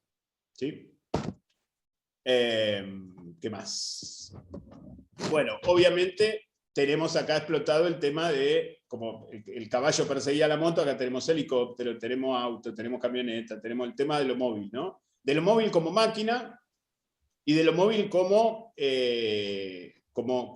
traslado. No hablamos en la entrada anterior del fragmento anterior, pero lo podemos hacer en este y unirlo los dos, esta idea laberíntica de persecución. Cómo Cameron plantea esta cuestión de las persecuciones donde toda la película es una persecución, o varias persecuciones, mejor dicho, ¿no? Y esas se dan en torno a algo que se está jugando en términos políticos, militares, de espionaje, pero que paralelamente hay como una especie de prueba del laberinto del personaje, o de los personajes, en este caso entra Helen y de acá hasta el final, o desde antes Helen, ¿no? Cuando los capturan a los dos, en donde tienen que recorrer un camino para salir del laberinto, ¿sí? Está jugado, tanto en la persecución anterior, quizás más que en esta, la idea del laberinto. Y después finalmente, como epílogo de esta escena que no está en la escena más que en la referencia de lo que viene después, es muy interesante que él se sube a un avión que no recuerda casi cómo pilotarlo, y para rescatar a la hija. Es decir, inmediatamente de esto, Cameron no nos da un minuto de descanso, ellos renuevan esa alianza matrimonial e inmediatamente le avisan que tienen a Dana o Dena, no me acuerdo cómo se llama, Dina, la hija de la pareja. Entonces él tiene que agarrar lo primero que tiene a mano, un avión súper sofisticado, que apenas recuerda cómo se maneja, para subirse y rescatarla, y ya vamos a la secuencia final. Es decir, la película no solamente tiene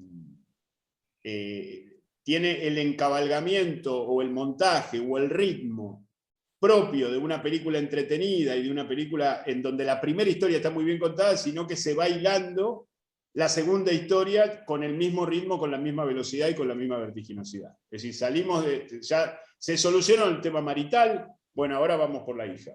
Consolidemos eso. O sea, la hija necesita ser rescatada en todo sentido, y él rescatar como el pelícano este que define la caída de la camionetita esta de los terroristas, como el pelícano necesita demostrarle a la hija que es un pelícano, digamos, ¿no? La imagen de Cristo, el Salvador. Es decir, que si se tiene que sacrificar para salvar a la hija, se tiene que sacrificar para salvar a la hija. Y la escena final, perdón, no la escena final, sino la previa a la final, que es cuando están los tres jugando a las cartas, a un juego de mesa aparentemente muy simple y muy vulgar, ya está producida esa unión. Es decir, cuando terminó el rescate, el momento sublime del desplazamiento absoluto con ese avión en el aire, rescatando a la hija, de peligro absoluto y todo, nos metemos en la casa, pasa el tiempo, o sea que la situación se estabilizó, la situación familiar se estabilizó, y están los tres jugando a algo que sostiene inocentemente a esa familia ya reconstituida, a la espera de la siguiente misión, pero ya mucho más armado para llevarla adelante, y bueno, y la circularidad de la película, ¿no? Porque la película después termina en el mismo lugar de la primera secuencia, por una cabeza, etcétera, etcétera. Bien. ¿Comentarios, preguntas, dudas, opiniones? ¿Hay algo en el chat, Ali?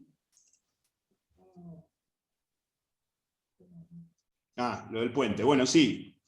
No solamente es el puente, sino el puente que se rompe, ¿no? O sea, es la idea del puente como pasaje de un... Sí, digamos, en varios aspectos, ¿no? Porque la película también juega con el tema de los terroristas, juega con la trampa que hacen ellos, que dan órdenes por el poder que tienen para una cuestión doméstica, sino que hay una cuestión de pasaje en lo matrimonial que se concreta, pero también hay una ruptura ahí. Hay una ruptura que va a marcar como un antes y un después. Hay como la necesidad de un salvataje. Otra vez volvemos a uno de los temas que tratamos en la primera charla de Terminator, ¿no? El aquí y el ahora. Esto hay que hacerlo, no solamente es un puente, sino es un puente que está roto, y la salvás ahora o no la salvas más. Es decir, te casás ahora o no te casás más, no hay tiempo, no se puede postergar. Esto un poco lo hablábamos con Renzo por WhatsApp, porque él se nos fue, Renzo hoy andaba con mala conexión. En estos días a propósito de Terminator. Es ahora, el futuro es ahora. Es ahora, no hay posibilidad de decir, bueno, no, el próximo puente, esperamos, no.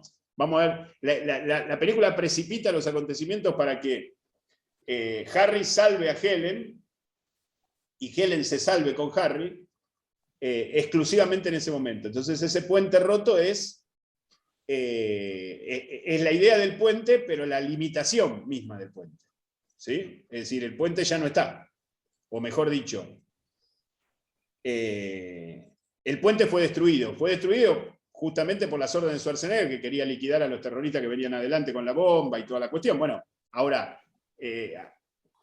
eso le limitó el tiempo para el rescate. Así que el rescate es ahora.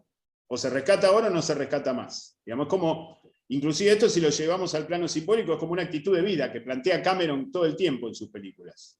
Esto lo vamos a ver en Titanic, es decir, Jack la salva a Rose, se salva a él, o se salva hasta donde puede, hasta morir, pero puede bajarse de la nave, digamos. Ahora, no hay tiempo, no se puede elegir el tiempo. No se puede decir, no, lo dejamos para la semana que viene, ¿no? Que el Titanic se hunda más lento, así yo, tranquila, digamos, hay un contrarreloj todo el tiempo porque esto es ahora. ¿Sí? Esto lo vemos en Terminator también, donde el tema del tiempo es fundamental.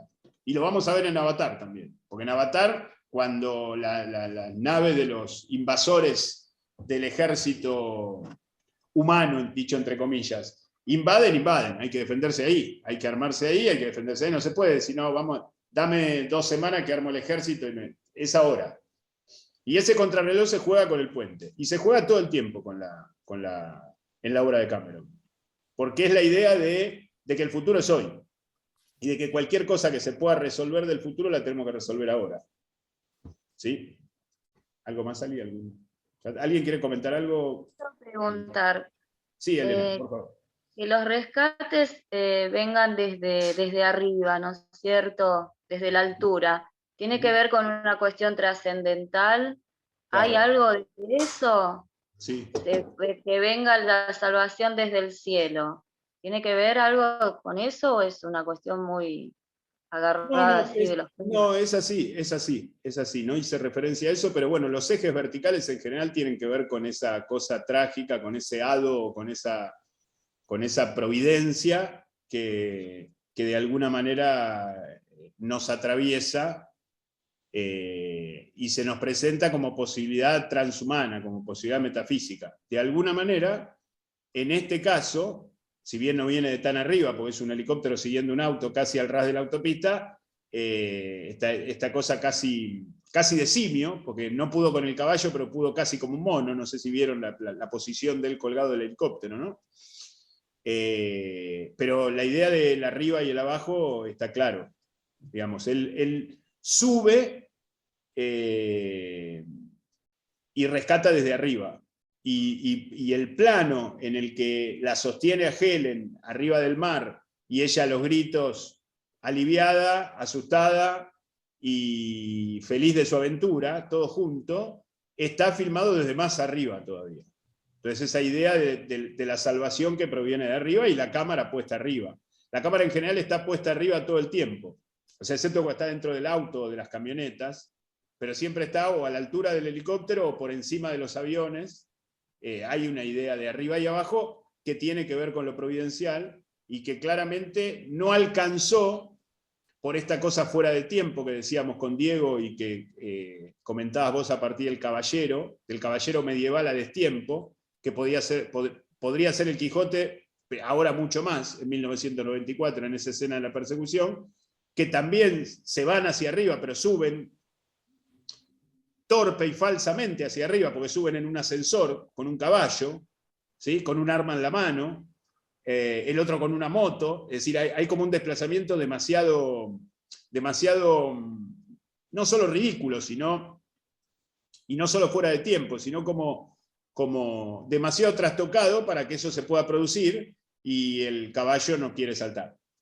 Ahora, él, personalmente, desde arriba, produce ese rescate. Y él mismo, cuando llegan a la base y explota la bomba y se produce este ritual matrimonial de renovación de votos, si queremos, le dicen lo de la hija, se sube a otro avión para volver a hacer otro rescate desde arriba. Si necesitábamos alguna confirmación respecto a este eje vertical y esta idea del arriba como algo providencial. No sé si te contesté, Elena. Sí, gracias.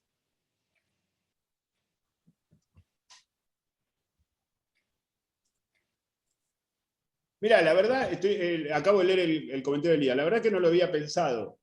Me parece que que parte de la mirada de Cameron hacia ese Oriente Medio agresor, que viene del medioevo, no es una cosa no empezó con las Torres Gemelas, ni mucho menos, tiene que ver con una desviación cultural, digamos, porque de alguna manera todos venimos del mismo lugar, ¿no?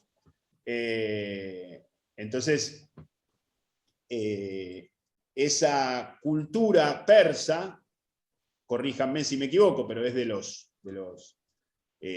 junto con lo indio y los fenicios y algunos más, son los antecedentes de la cultura occidental grecorromana a la que muchos de nosotros pertenecemos.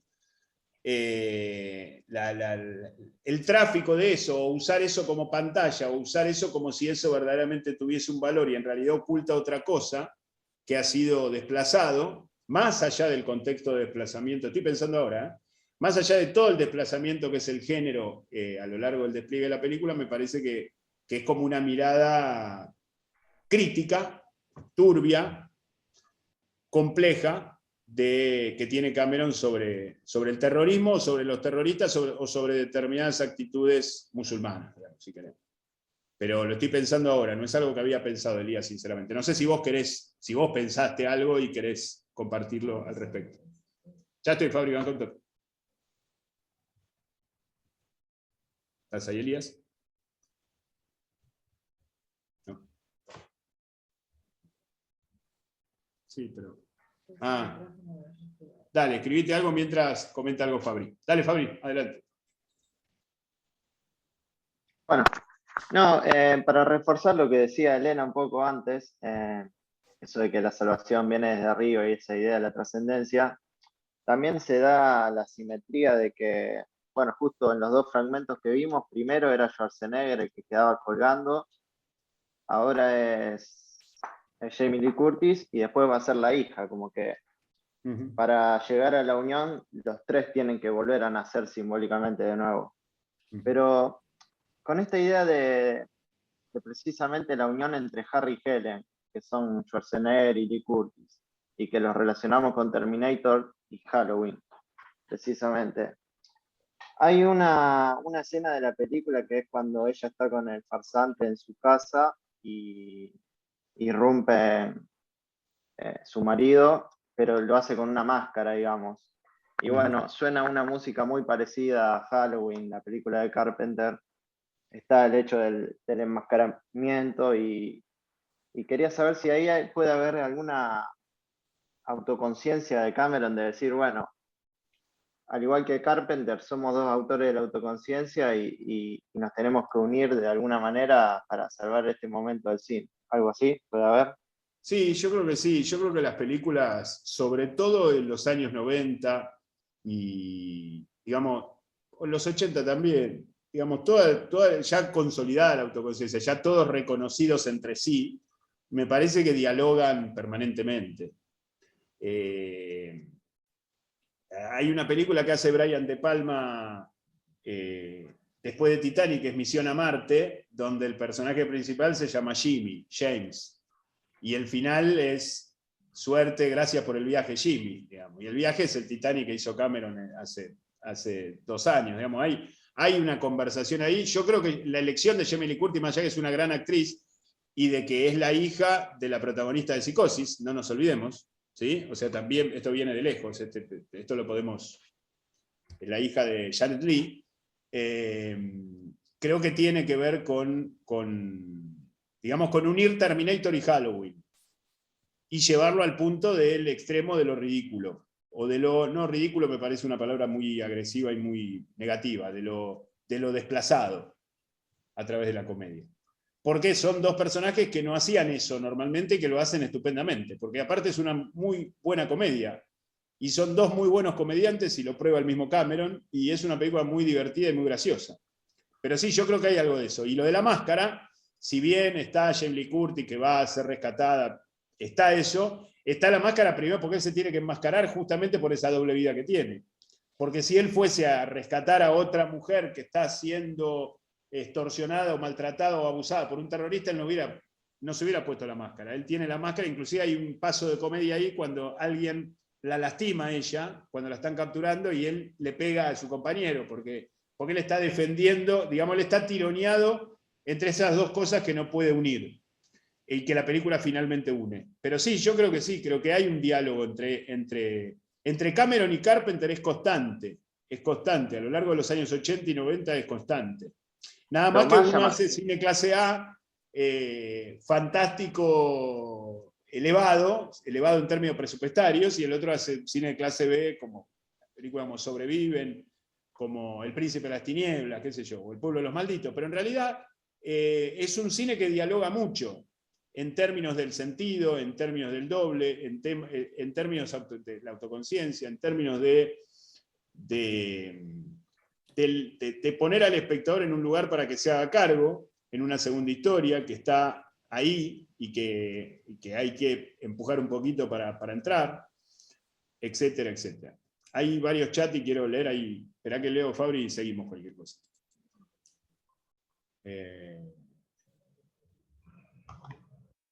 Bien.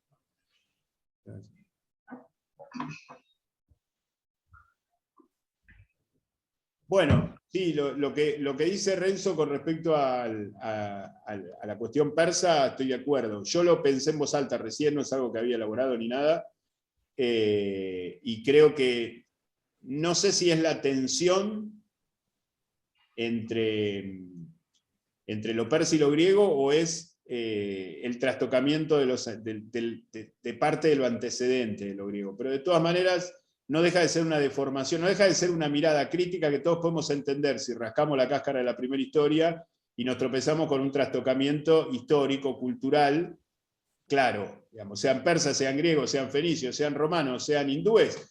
Lo cierto es que están utilizando la cultura para la destrucción, digamos. En realidad no les importa nada esa cultura. Así que, independientemente de la fineza con que analicemos el símbolo, está claro cuál es la mirada del autor o hacia dónde nos quiere llevar esa idea de que no trafican las armas adentro de juguetes o adentro de latas de conserva, sino de piezas escultóricas de arte clásico.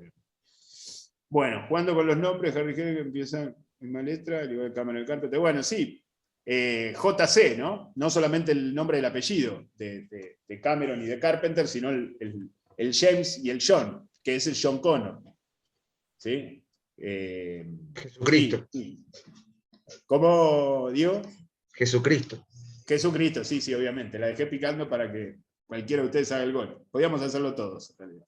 Ahí, Alberto, no jugando es un gol con esto privativo de un nombres. solo jugador.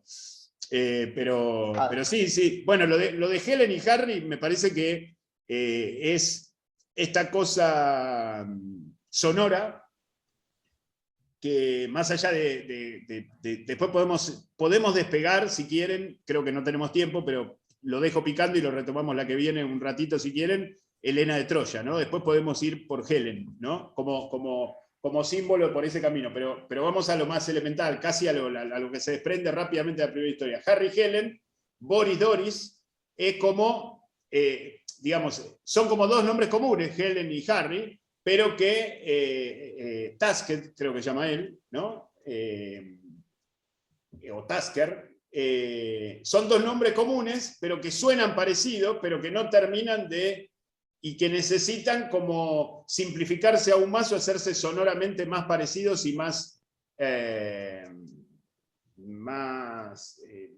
como más sonsos, más infantiles, ¿sí? Para reconocerse en una instancia final, digamos. Después sí, no es para meternos ahora, me parece lo de Helen, pero me parece que viene por ahí. Ahora, que los dos empiecen con H, qué sé yo, a ver, ¿qué pusieron ahí? Halloween. Bueno, está bien. Sí, podría ser la H de Halloween. Sería como ya prácticamente una adivinanza eso. No sé si me arriesgaría a afirmarlo con sangre. Pero está bien. Si está. Esto, las interpretaciones mientras estén en la obra después pueden sonar casuales, pero si están en la obra y alguien que la interpreta, que la vivencia y que la comunica, aunque sea mediante una clase o mediante una interpretación en un diálogo de café con otro, y eso está. La verdad que está. A mí no se me había ocurrido. Digamos, no se me había ocurrido el puente con Halloween, más que, me ayudó Fabricio ahora con lo de la máscara, con la música en ese rescate y todo eso, más que lo de Jamie Lee Curtis, digamos. O sea, la idea de Terminator, de una película como Terminator, que es un fantástico que roza la ciencia ficción, con una película de terror de clase B, inclusive 5, 6 o 7 años anterior a Terminator, y juntarlas en una superproducción a una comedia de espionaje como esta. Lo cual no salta a la vista, digamos, porque no es que hizo una película de terror con elementos fantásticos, con elementos de ciencia ficción, puso a los mismos personajes y los llamó igual, sino esto lo estamos haciendo nosotros acá, no es que la gente salió del cine en el 94 diciendo, esto es Terminator y Halloween todo junto. Imagínense que no suelen suceder desgraciadamente cosas como esa. Pero está muy bien, compro. Tasker, ¿qué es, Diego? ¿Tarea? ¿Algo tiene que ver algo con la tarea o con el hacer? Sí, más, task es tarea, es el que hace las tareas, digamos, el que realiza las tareas. Pues tarea es traducido task. así. Claro. Tarea es task, está bien. Bien. Bien. Sobre el arte persa, me parece que Cameron lo usa doblemente. Por un lado, delata la forma en que la modernidad emplea entiende el pasado. Bien. Está bien. Está bueno está bien, Elías, lo que decís. La mirada sobre el arte y digamos, el arte ya no usado para la vehiculización de ideas, sino la vehiculización de armas. Está muy bien, pero eso puesto en el contexto de la película, en la primera historia, en manos de los terroristas, hay también un juicio o un sentido para indagar acerca de la mirada de Cameron frente a estos terroristas, que aparte los pinta bastante torpes, no sé si vieron. O sea, hay 2 o 3 o 4 elementos en la película que los pinta torpes, que por supuesto esto tiene que ver con cierta simétrica torpeza del lado bueno, si queremos, o con el género en general, la comedia, lo desplazado. Pero los terroristas agarran la bazooka esa y la tiran al revés, y le pegan al niato que lo tenían atrás. Es decir, tienen como determinadas limitaciones. Bueno, la famosa escena del tipo que está grabando el mensaje a los medios que va a mandar el terrorista y se queda sin batería. Bueno, hay como una ridiculización que es parte de todo ese despliegue integral del género, del tono, del registro de la película, pero hay una mirada crítica, claramente hay una mirada crítica. Digamos, Occidente sigue estando de este lado, todo lo mal que esté, pero sigue estando de este lado. En tal caso, hay que refundarlo, pero no lo podemos mirar del otro lado. El otro lado es ese tráfico de armas a través del arte persa y la destrucción y la bomba atómica y todas las demás cuestiones. Eso la película lo manifiesta más allá de todo ese manto de comedia que esconde estas ideas de alguna manera o que las deja. Pero está muy bien lo de Elías, está muy bien. Perdón que no lo había leído. Bueno, adiós, Nené, que te tenías que ir, supongo que ya te habrás ido. Y bueno, no sé, chicos, si les queda algo más, pues ya nos pasamos un rato. Cualquier cosa retomamos, como hacemos siempre, los primeros 10, 15, 20 de la siguiente, retomamos lo que haya quedado pendiente de hoy. Es inagotable la película, porque es tan simple, aparentemente, que es inagotable. Bueno, con Titanic pasa algo similar, ¿no? En un registro un poco más dramático, claramente más trágico, pero es tan simple y todo se desprende de lo que vemos con una, digamos,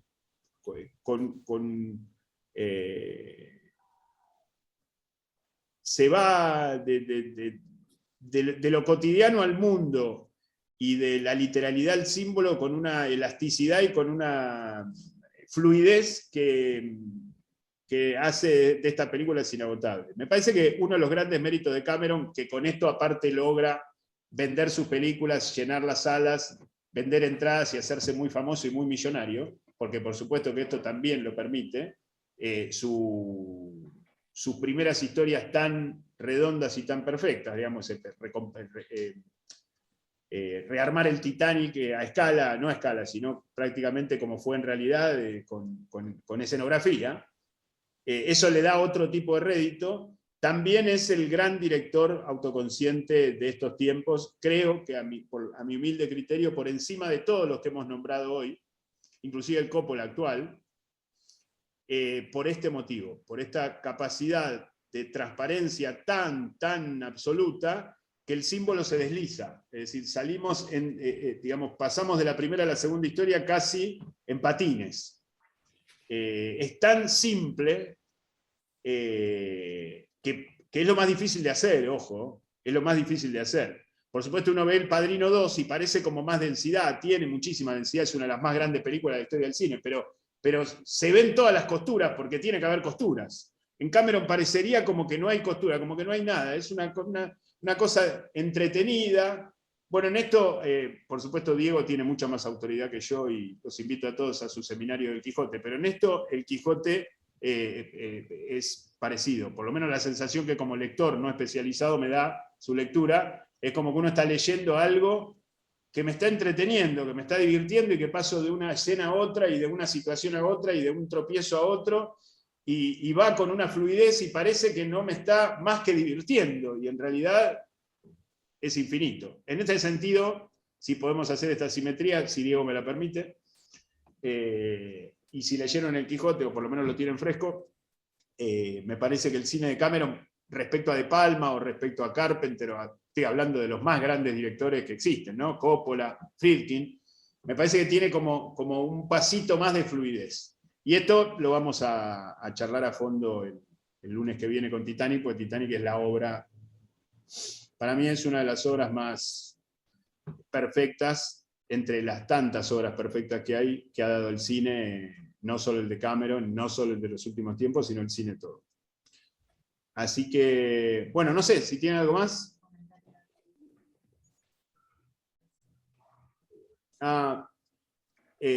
Bueno, lo del agua es eso, es el agua. Es decir, cuando decimos, el Titanic es la escenografía del Titanic. Bueno, es la escenografía del Titanic. Es decir, se hunde el Titanic, se parte el Titanic, se choca contra el iceberg, el blanco del iceberg, es decir, todos los elementos, el agua, el fuego, son todos los elementos que están en la puesta en escena. No hay que hacer ni siquiera una traslación para rascar e indagar y encontrar, por supuesto, mediante simetrías, es decir, repeticiones, y toda una estructura que está diseñada de esa manera, pero lo del agua fluye, digamos. El agua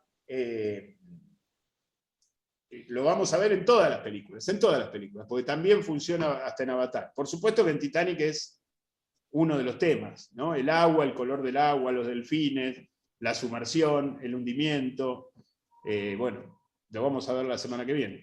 Pero bueno, me decía lo del pelícano. Bueno, no, lo del pelícano simplemente, así como la semana que viene vamos a indagar sobre los delfines, el pelícano es uno de los tantos elementos heráldicos que utiliza Cameron en la figura de un animal que tiene otra representación y que lo pone en un lugar en contexto, así como en el Atlántico Norte hay delfines, en los Cayos de la Florida hay pelícanos. Entonces lo pone como algo que, justamente, volviendo al ejemplo de lo que se desliza, del símbolo que se desliza.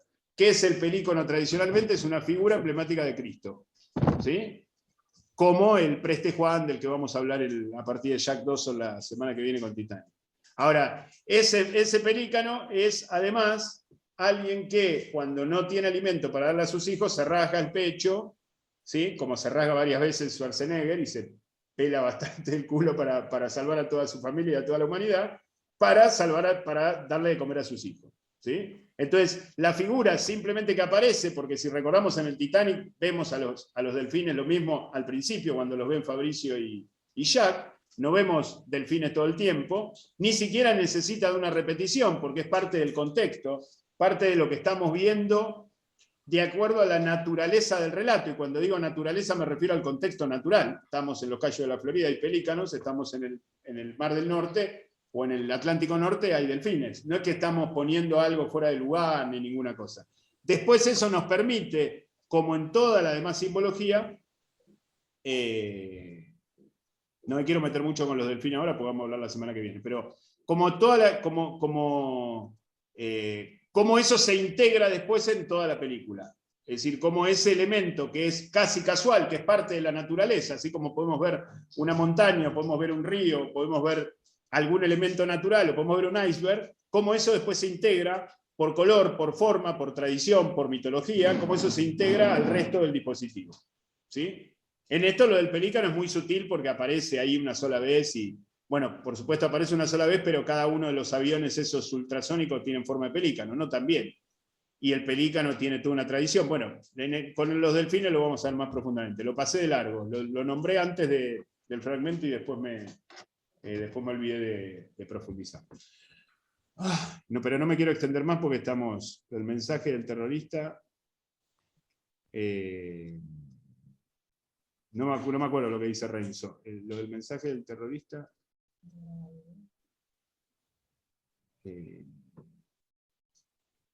Bueno, después lo hablamos, Renzo no sé si está por ahí. Después lo hablamos al principio de la clase que viene, para no extendernos.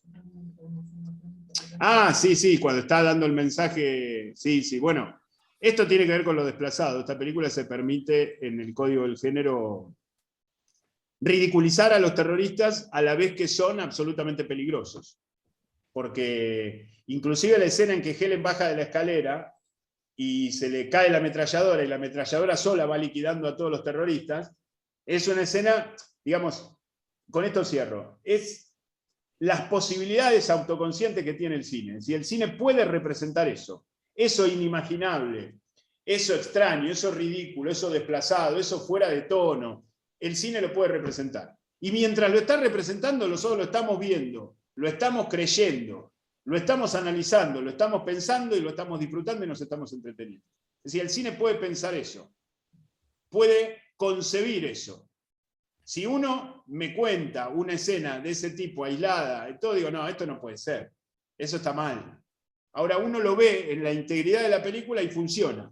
Esta idea de lo que funciona, de lo que no se puede analizar por separado, como nada en el arte, ¿no? Que es parte o no de una unidad que tiene una dirección de sentido, o que apunta hacia un sentido. Bueno, todo esto funciona porque apunta al sentido, aunque nos parezca de lo más ridículo. Ahora, la escena de Helen, que se le cae la ametralladora que no sabe manejar, y mata a todos los terroristas, me la cuentan por separado y es una escena que está mal. Pero no está mal.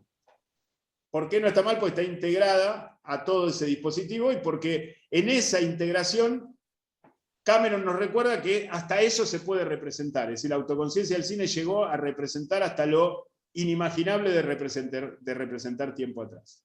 No sé si fui claro con esto último, por ahí por apurado me quedé. Como Silverstein en Tiempo de Valientes, que ametralla el camión sin saber cómo usar la ametralladora. Bueno, lo mismo.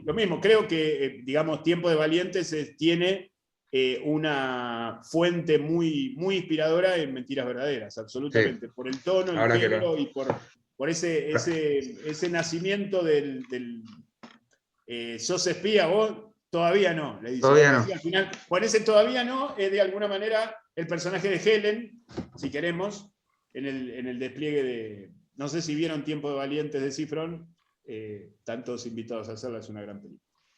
Bueno, gente, 9:10, cerramos acá y nos vemos en Gracias, Beto. Gracias a ustedes. Y no, por favor. Y los espero, les mandamos en un ratito el audio de la charla de hoy. Gracias, otra vez. Nos vemos. Gracias. Chau, chau. Chau, chau.